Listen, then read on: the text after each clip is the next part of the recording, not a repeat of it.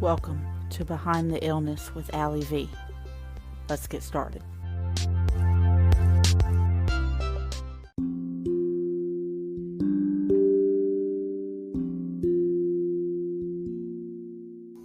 Hello, everybody. I am Allie V. I am the host of Behind the Illness. If you don't know that already, totally says it in the title, but hey, we're here anyway. I am really excited about the book that I'll be talking about today. And just as a side note, like fun fact, I had this whole episode recorded the other day. And then, like, for some reason, I went to, I didn't schedule it or publish it or anything. And I went to go do it. And, like, none of the recordings showed up. So, second time's a charm, right? Yay. But that's okay because I love this book so much. The one that I'll be talking about in this episode. I love this book so much that I could keep talking about it anyway. So, I am really excited to get started. I've got like note cards as bookmarks, and then I've got note cards for notes to make sure I don't forget anything that I want to say. I've been doing that pretty much every week anyway, but this one actually has a lot of little bookmarks in it, and I'm really excited to talk to y'all about it, and hopefully get y'all to buy it. And I say that just like I've said the past 2 weeks. The authors of the books that I talk about don't know me at all. And they didn't ask me to do any of this, of course. So it's just me. And you know, they didn't ask me to do anything because they don't know who I am. So it's just, my own thoughts. And if you didn't listen to the past 2 episodes, that's fine. I don't hate you, but please do that. I'm talking about books that have to do with mental health, since this is a mental health podcast. Books that have to do with mental health. In a few weeks, I'll move to possibly movies and music, movies and music. And I'm really excited about that. So actually, if you have any suggestions for that, I've got a couple movies written down that I could actually tie into, there's a lot of movies that are mental health themed, but some of them are just like a little too difficult to talk about. I don't really know how to describe it, but so if you have any suggestions, totally send them my way on social media. You can send it to me, or you can send it to the podcast social media, whichever. And you can go to behindtheillness.com to get all the social media information and everything. So any suggestions will totally help for movies or music having to do with mental health. So I'll totally take those. But yeah, let's jump right into this and get y'all to want to buy this book, because seriously, it's so good. Like I feel like actually I'm holding my actual copy in my hand, and then I actually have a Kindle copy on my iPad as well, because that's how much I love it. So yeah, I'm gonna stop teasing y'all. We'll jump right into it. And if you want to buy the book, I put a link on the website, behindtheillness.com/links. Easy little link to go buy it and support the author and all that good stuff. So yeah, let's jump right into it. Hey everyone, Allie V here. If you haven't heard about Anchor, you are seriously missing out. Anchor is the easiest way to create a podcast, and guess what? It's free. You can record from your laptop, desktop, iPad, or phone, and then after that, Anchor does the hard work for you. It distributes your podcast on Apple Podcasts, Google Podcasts, Spotify, and more. Even with low listener counts, you can still make money. What? So what are you waiting for? Download the free app or go to anchor.fm to get started. Okay, so this book that I'm going to talk about today is called Reasons to Stay Alive by Matt Haig. Hopefully I'm saying that right. I really stink at pronouncing people's names, but I try anyway. And this book is, I don't even know how to describe this. It's I remember hearing about it from To Write Love on Her Arms, which Jamie Tworkowski, the author that I talked about last week, I think he mentioned it maybe on Twitter or something, and then the To Write Love on Her Arms store actually sells this book, I believe. I haven't looked in a while, but last time I checked, it was in there, and I was like, wow, that sounds like really, really interesting. I really want to check it out and, give it a read. And it took me a while to finally just buy it, because for a long time, I didn't really read books just because I couldn't stay focused. But when I finally figured out how to stay focused, I just bought all kinds of books. And so Reasons to Stay Alive was one of those books. And I just absolutely fell in love with, everything that Matt was writing about, but also his writing style. He writes like a really deep poet, kind of. Even when he's telling his own story, it's poetic. And it's just such a great read, and I really want y'all to read it. This is one that I've been really excited to talk about, so that's why I didn't do it first. And I wanted to build up to it, kind of, I guess, and I didn't want to, talk about it and then put it back on my shelf. But I'm going to actually end up reading it again, just because it's just so good. And I warned y'all, if y'all don't follow me on social media, please go do that. It's @written by Allie V. And I've been talking about all week about how y'all should be ready for me to just gush about this book, because it's just that good. And I don't know, I always say it's my favorite book since I finished it.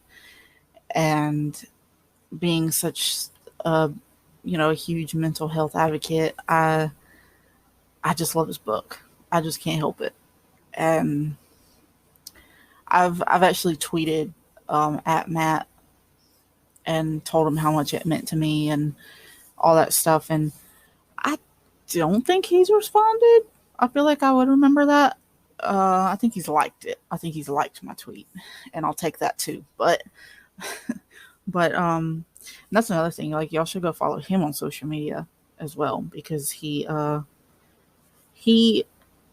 sometimes he quotes himself on there, but I love it because I can just, retweet it or share it on Facebook or whatever, and it's straight from the source, So, as always, I'm just going to read the back description just to make sure I don't screw it up.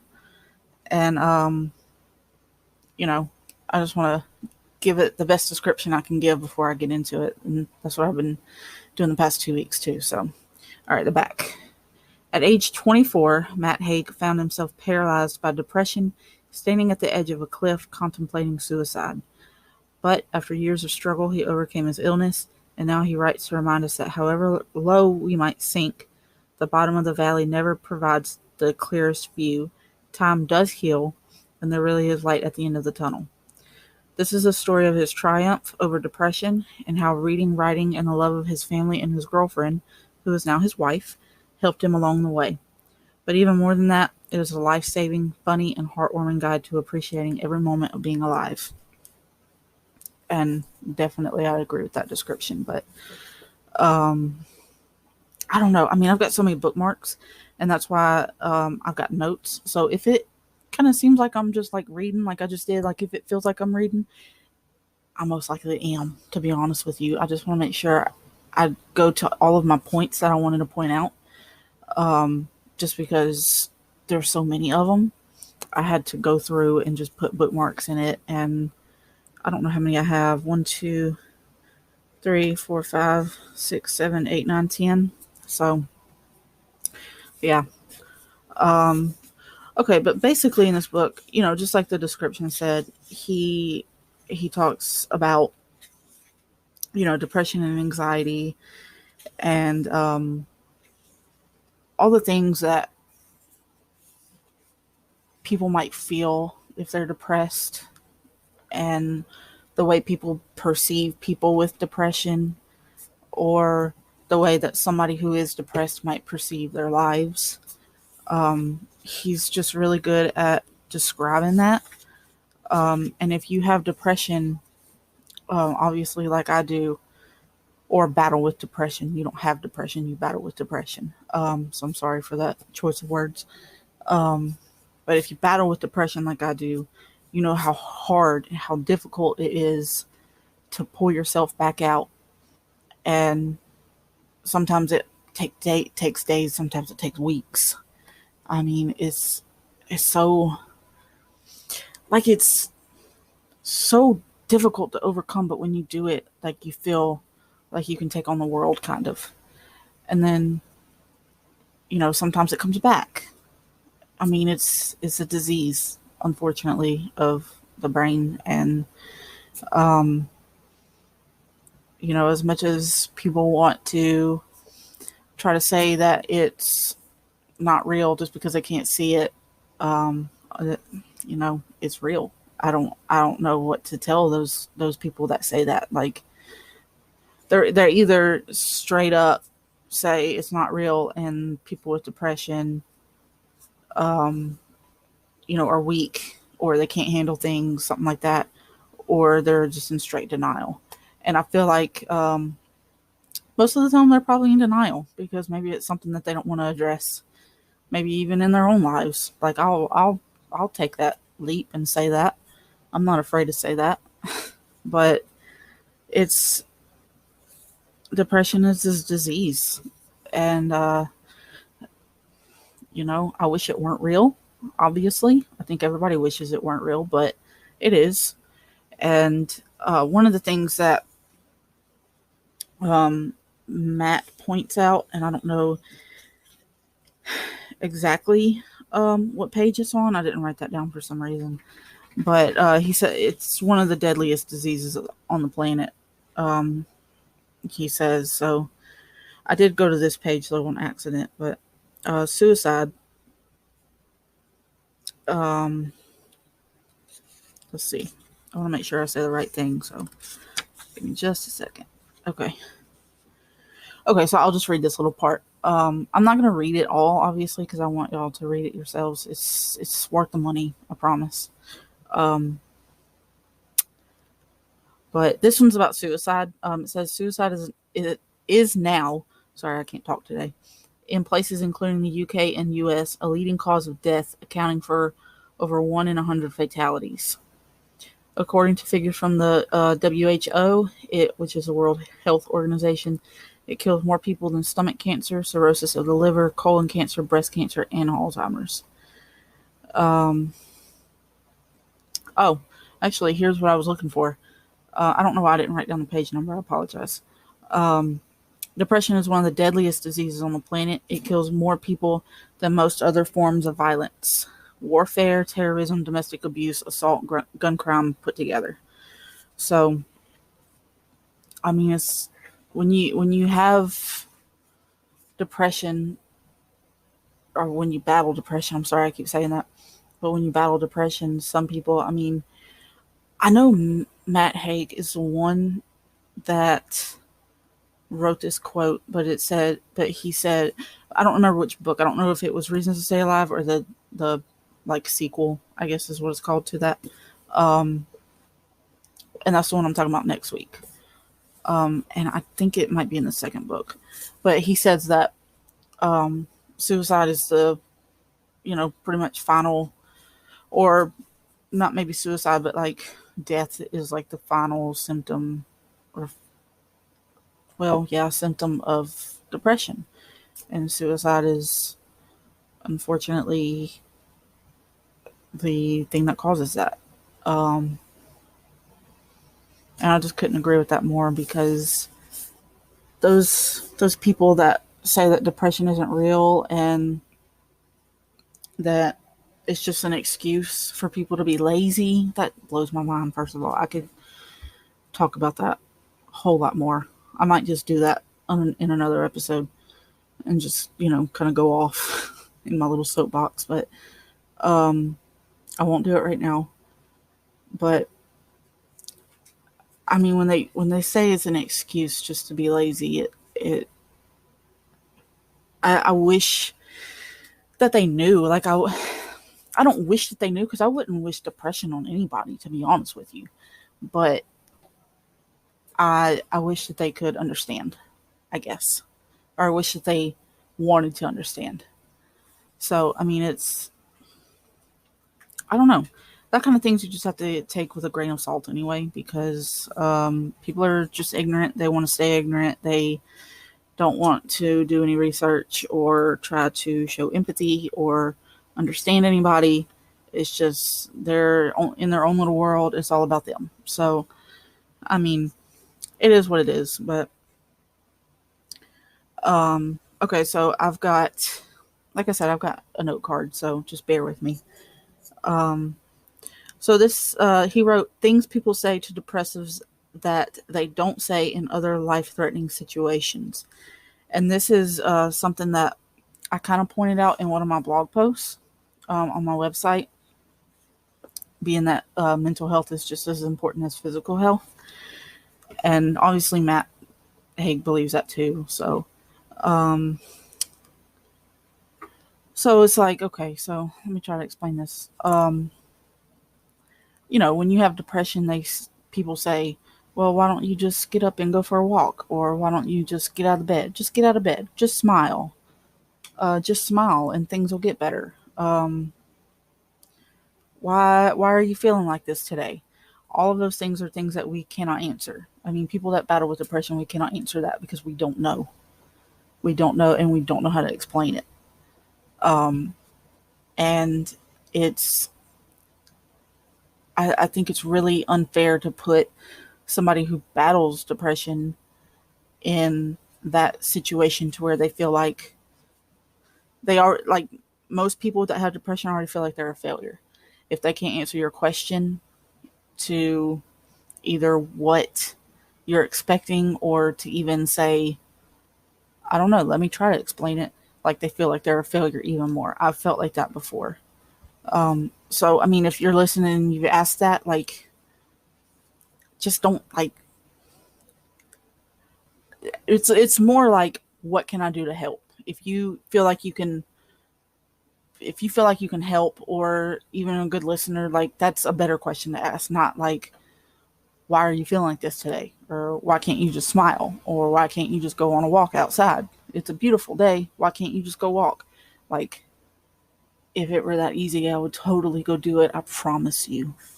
But he's got a few questions in here of things that people say to people, so that they don't say in other life-threatening situations. So, why do you think you got cancer of the stomach? Yeah, I know colon cancer is hard, but you want to try you want to try living. Sorry, you want to try living with someone who has got it. Sheesh, nightmare. Oh, Alzheimer's, you say? Oh, tell me about it. I get that all the time. Oh, here's one. Meningitis. Come on, mind over matter. Yeah. And here's one that I've been told once or twice. I guess since I've been an advocate or been in therapy or whatever. I'm not saying my therapist has said it, but they say, yes, your leg is on fire, but talking about it all the time isn't going to help things, is it? Yeah. So that one, like I said, I feel like it has to do with, like, mental health is just as important as physical health, because mental health is physical health. like your brain is, and actually now that I think about it, I don't know why I forgot, but I've talked about it here on the podcast too. And your brain is part of your physical body, so why wouldn't it be counted as physical health? Just because you can't see it doesn't mean it's not real. Do you see cancer? I mean, I guess you can see the tumor, but you can see depression in a brain scan too. I mean, it's just all kinds of things. And like I said, I could talk about it all day and just preach about it, which I'd really love to do. But I'll hold off for now. I'll turn it into like a series, I guess. I've been thinking about doing that anyway. So, okay, so he's got some depression facts here and some suicide facts. Let's see. 1 in 5 people gets depression at some point in their life, though obviously more than that will suffer from mental illness. Which, okay, so if just to elaborate on that, like people can have a mental illness, but people that suffer depression don't always have a mental illness. It could be a situational depression, like somebody passing away. But that doesn't mean that they have a mental illness, because the depression will go away with a little help, maybe from therapy or even medication for the time being. And but they don't always suffer from a mental illness. So that's what he means by that. Twice as many women as men will suffer a serious bout of depression in their lives. And honestly, I didn't do the research on this, but I feel like that might have to do with probably postpartum depression as well. Because obviously, I don't want to say the wrong thing and say men don't get it. I wonder if they do or not. That'll be something I research. So that'll be a learning moment for me. I mean, like, not, I know they don't get postpartum, but I don't know. You know how men gain that sympathy weight, like when their wife or girlfriend is pregnant? You know what I mean? Like that kind of thing. But I'll do my research on that, and I will let y'all know next week, because I don't want to say the wrong thing at all. So, let's see. Women are more likely to seek and receive treatment for mental health problems than men. And that is obviously because apparently in some people's point of view, men are not allowed to show emotions or whatever that might be. Obviously, I'm not a man, so I don't know that, but being, I guess, pretty much always in a mental health conversation, that's definitely one of the things, is because men are quote unquote not allowed to show emotion, not allowed to cry, things like that. So if they feel like they can't do that, then why on earth would they go to therapy? You know, sarcasm. Hopefully you didn't just fast forward through all that and then catch that, because that was sarcasm.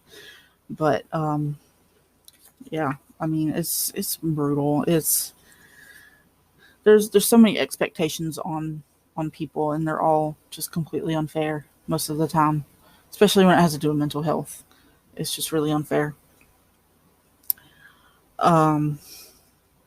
So, okay,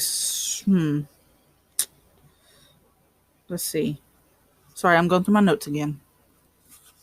Okay, so I've got, as I was reading this book, the first time I just read it through it, but then the second time I went back and I highlighted some things, and then that helped me pick out what I wanted to say in the podcast today. So I'm just going to read this whole little paragraph.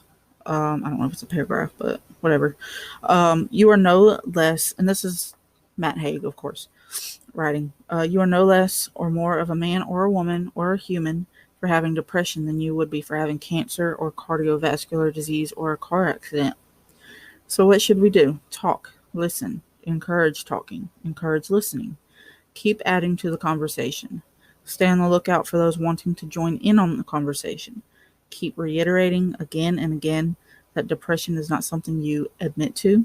It is not something you have to blush about. It is a human experience. I love that quote. I I like highlighted that and then put like a little asterisk behind it and everything, because apparently when I read it the first or second time, I really loved that quote and I still love it. So it's definitely a very different way to look at depression. It's like it's not just this disease, as yeah, you're battling with it, but it's not something that you have to succumb to, that kind of thing. And it's not something that is, I guess, unnatural, unfortunately, really. But it is a human experience. And I think everybody at one point in their lives has or will suffer depression, and that really sucks to say. But, I mean, it happens. Even if it's, for a week or even a couple days. Like, when you lose someone super close to you, obviously you feel depressed. And so, yeah, I like how he describes that as a human experience and not just like this really crappy disease that you feel like you're never going to, beat or be without, I guess. And I mean, describing it as a human experience is a little more, I don't know, like down to earth, I guess. It's not just like this, I don't want to say supernatural, but it's not like this thing. I don't know. I guess I described it the best way I could. Like, it's not just this disease that you're just battling with. It's a human experience. So I really like how he describes that. But anyway, I'll move on. So he gets to the point of, I think, like my main like motto in my mental health advocacy is mental health is just as important as physical health. And if I expand on it, it's that because mental health is physical health. And he has a little section of his little book of it. I don't know why I said little book. He has a section of his book on that. And so let's see. Okay, I found it. The whole idea of mental health as something separate to physical health can be misleading in some ways. So much of what you feel with anxiety and depression happens elsewhere. The heart palpitations, the aching limbs, the sweaty palms, the tingling sensations that often accompany anxiety, for instance, or the aching limbs and the total body fatigue that sometimes becomes part of depression. So, like I said, I wrote about that as well on my blog. So you can go on my website, writtenbyallyv.com, and read that about read that post. The post is called "Mental Health is Just as Important as Physical Health." Made it pretty easy. But yeah, this is another quote that he wrote. I've got, like I said, y'all, I've got a lot of quotes, like a lot of things that he writes that I just want to tell y'all because I love this book. Okay. So he said, the odd thing about depression and anxiety. So I don't want to read too much before that, but okay. The odd thing about depression and anxiety, it acts like an intense fear of happiness, even as you yourself consciously want that happiness more than anything. So if it catches you smiling, even fake smiling, then, well, that stuff's just not allowed and you know it. So here comes 10 tons of counterbalance. Like, right? Like, right?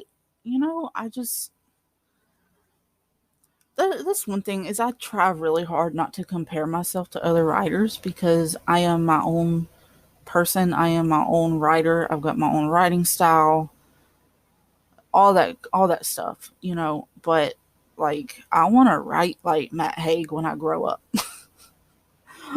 Like, or right now, but I'm just saying that as being funny, but like I want to write like him. Like I feel like when I write, like I am a deep writer, but I want to write deep like this. Like, he writes in a deep way that it's just so poetic.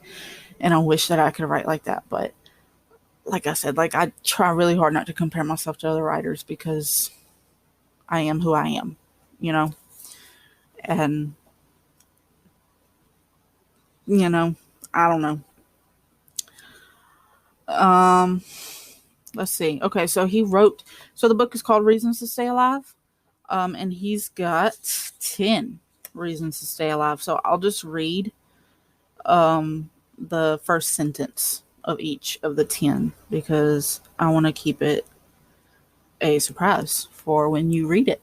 And when you read it, like, tweet at me and say, "Hey," and tell me like your favorite reason to stay alive that he wrote about. It's like a book club type thing, like a book club exam type thing. So there you go. Okay. So I'll read the first sentence, like I said. Okay, so number 1, you are on another planet. No one understands what you're going through. Number 2, things aren't going to get worse. Okay, yeah, I'll read all of number 2. Things aren't going to get worse. You want to kill yourself. That's as low as it gets. There's only upward from here. Number 3, you hate yourself. That is because you are sensitive. Pretty much every human could find a reason to hate themselves if they thought about it as much as you did.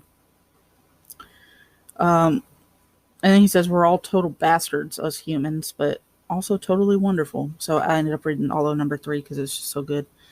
Number 4, so what you have a label? Everyone would have a label if they asked the right professional. I forgot about that one. I love that one. Okay, so the short ones I'm ending up reading for you. But yeah, okay.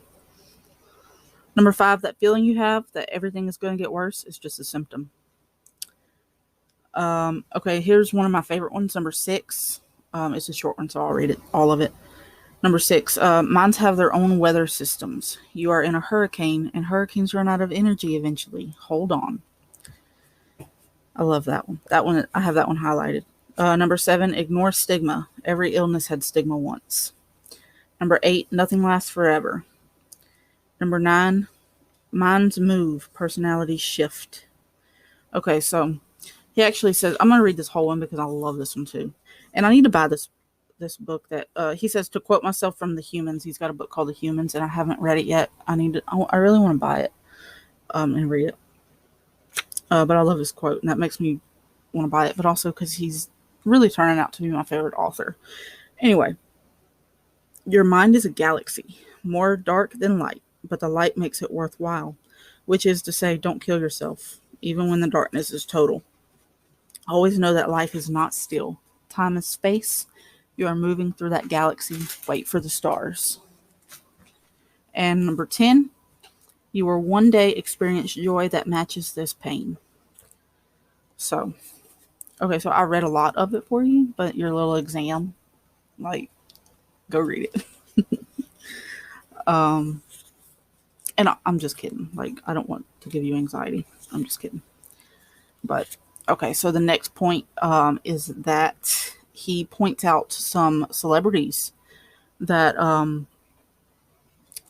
have suffered or do currently suffer with depression. And, but yet they're still, these like big name celebrities. So, I'll read a few of them. I'm not going to read all of them, but Buzz Aldrin, who is an astronaut, of course. Halle Berry, Zach Braff, Russell Brand, Jim Carrey, Winston Churchill, Princess Diana, Carrie Fisher, F. Scott Fitzgerald, Judy Garland, John Hamm, Anne Hathaway, Billy Joel, Angelina Jolie, Stephen King, Abe Lincoln, Mozart, Isaac Newton, Dolly Parton, Teddy Roosevelt, Winona Ryder, Brooke Shields, Ben Stiller, Uma Thurman, Robbie Williams, Catherine Zeta-Jones. So, and he says, what does that teach us? That depression can happen to prime ministers and presidents and cricketers and playwrights and boxers and the stars of hit Hollywood comedies. And fame and money do not immunize you from mental health problems. So I think that was a really good point for him to bring up because, like, I don't know. you know? Like I say, I don't know, but I know. Like, it was a really good point to bring up. Um, because people think that just because you have like fame and fortune and stuff, that you're like immune to all these things that happen to us regular people. But that's not true. Like, they suffer with it too, so, or battle with it. I don't know why I still say suffer, because I like saying battle with it, because people that battle with things that's going on in their brain and all that stuff, like, are warriors. And I'll be the first one to say, like, I say that about myself too. Like, I'm a warrior. But you, if you're listening, like, you suffer from depression, girl, dude, you're a warrior. Like, come on now. So you're not suffering from anything, because it ain't got nothing on you. Like, you're a warrior. You're battling with it, but we'll get through it. Yeah. Okay, so here is my absolute favorite quote from this whole book. I think it was the first quote I had ever like read from Matt Haig. Because I believe Jamie Tworkowski tweeted it and all that stuff. And then I went and followed Matt Haig on Twitter. I've been following him for a few years now, but I got the book only like a couple years ago. It came out in 2015, but I got it, I think, only a couple years ago. But it was the first quote that I ever read from him at all. Never heard of this guy. Obviously never read any of his books, but I don't know, like, really, it hit me in a good way. So I definitely want to share it with you. So I will stop rambling and read it to you. So I'll just read you the whole page. It's a really short page here. Depression is also smaller than you. And here's what I have highlighted. Always, it is smaller than you, even when it feels vast. It operates within you. You do not operate within it. It may be a dark cloud passing across the sky, but if that is the metaphor, you are the sky. You were there before it, and the cloud can't exist without the sky, but the sky can exist without the cloud. Like, boom. Like, that is my all-time favorite thing, like, I've almost ever read in my entire life. Like, I'm probably being super dramatic. I know I'm being super dramatic, but I mean, come on. Right? Like, it just, like, it pumps me up a little bit. It's like, man, I'm feeling really, really crappy today. Like, I don't want to do anything. Like, I'll just let the depression win today. And I don't want to get out of bed. And I'm not going to get any of my chores done because I just don't feel like doing it. I've got this excuse. But then it's like, boom, you read that quote. All right. Like, let's fight. Let's fight. Like, I'm talking to depression. Like, let's fight. You want to play games? I'll play games right back. Like that. That kind of thing. But I don't know. Okay. Okay, so here's something that I've actually written a lot, because I read it from the book, but also I've learned it in group therapy and even in individual therapy. And but in Matt's words, it's the key is in accepting your thoughts, all of them, even the bad ones. Accept thoughts, but don't become them. And I feel like that's one of my like life quotes. Like, anger is a natural emotion, and being, I guess we'll just go with anger. Like, it's a natural emotion. That's natural. It's human. That's being human. But don't let it take over. You know what I mean? Like, don't become what anger wants you to be, which is like this bitter human, this bitter thing. It's like this bitter person that is just always just mad and can't see the bright side in things sometimes. And like, that's what anger wants you to do. But don't let anger become you. So there you go. And the last thing, this is my life quote as well as the other one. This is the other one, but this one, like, that one is more for like my life. The other one I talked about, and this one is more for like my advocacy and my writing, like, I guess it's like career wise, like, people don't know. I'm sorry, I keep saying like, I just realized that. People don't know. Some people, I don't want to say people as a whole, but some people don't know why I advocate for mental health. And some people don't think that it's what I should be doing with my time, I guess. And nobody's ever told me that, like, straight up, but like, I I know that they think it. Like, I know that sounds silly, like I'm just assuming things, but I just not like I pick up on that kind of stuff, you know. So, and honestly, it could also be that I'm creating an enemy within myself, but I try to give both the benefit of the doubt. You know what I mean? So, I mean, when I read this, I was like, okay, yeah, I just need to keep going then. Like, I felt like in the beginning of creating this podcast, like, do I want to keep continuing? Do I want to keep going? You know? And I don't know. Like, I remember getting on Facebook and asking, and I had a few people tell me, yes, keep going. Yes, keep going. And I'm really blessed with some awesome friends. But I should probably read the quote to you first while I go off on this. But okay, so it says, you don't need the world to understand you. It's fine. Some people will never really understand things they haven't experienced. Some will. Be grateful. So I love that. But like I said, I mean, I've had so many,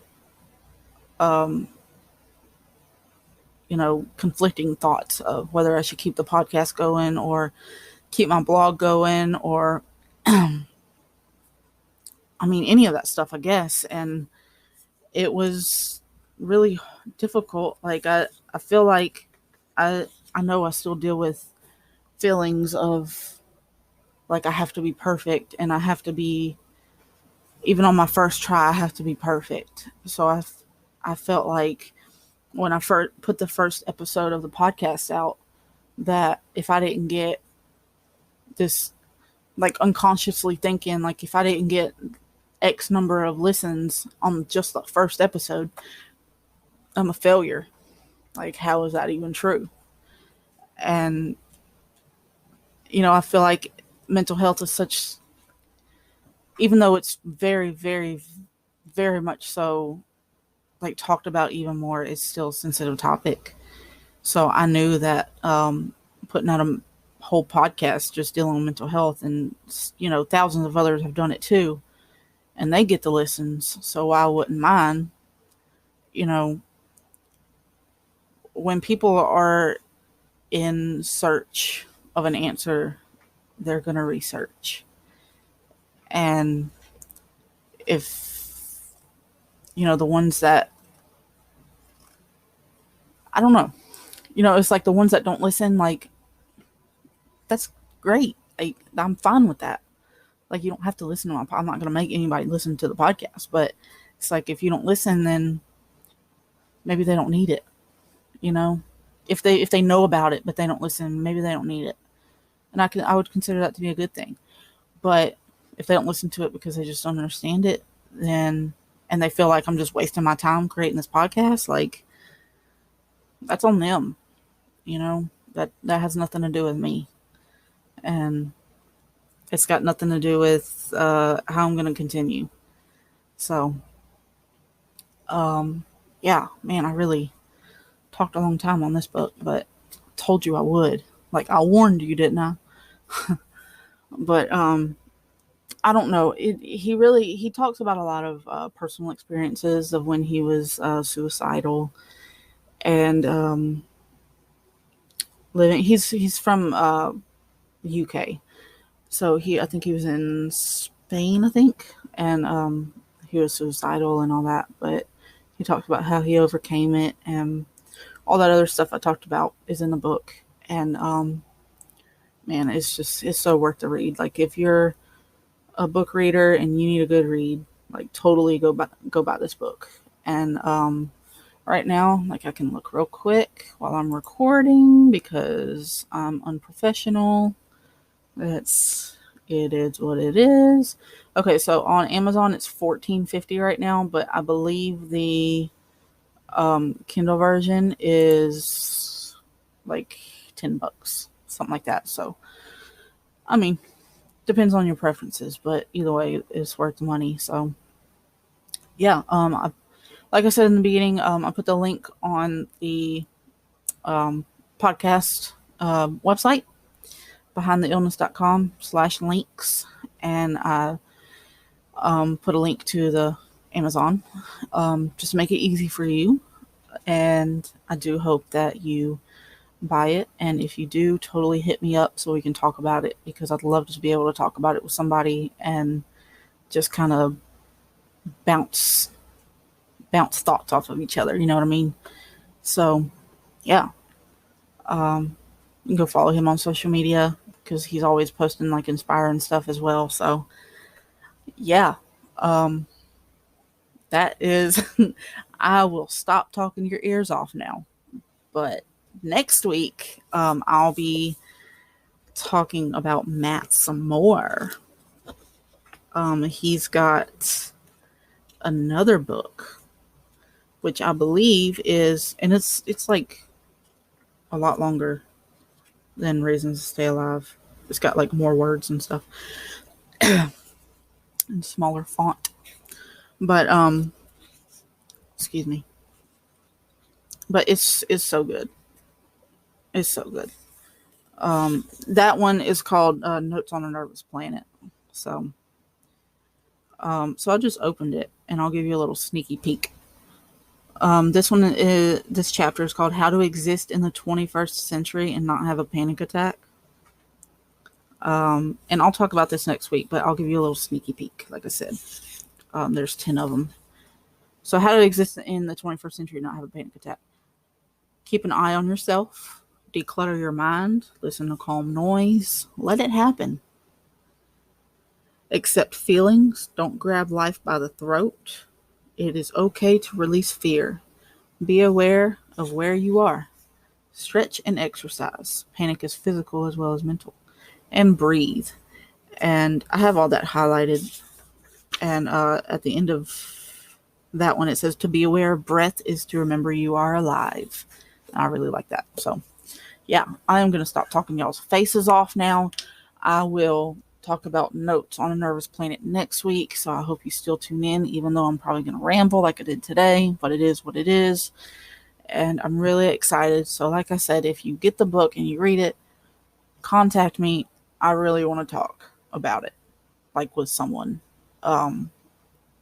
I have told a few people about it, but I guess I didn't get it. But I mean, it was whatever. But I just want to talk to somebody about it. So if you go get it, let me know. But yeah, thank you for tuning in. I will talk to y'all next week. And I love you. Be safe. Be smart. Wear a mask. And just be nice to one another.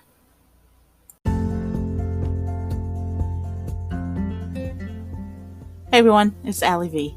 Thank you so much for all the support and listening to my podcast. If you're listening on Apple Podcasts or Google Podcasts, please do me a favor and leave the podcast a review. If you would like to be featured in a voice review or become a financial supporter, go to anchor.fm/BTillnesspod. You can also go to my website, writtenbyallyv.com, for more information.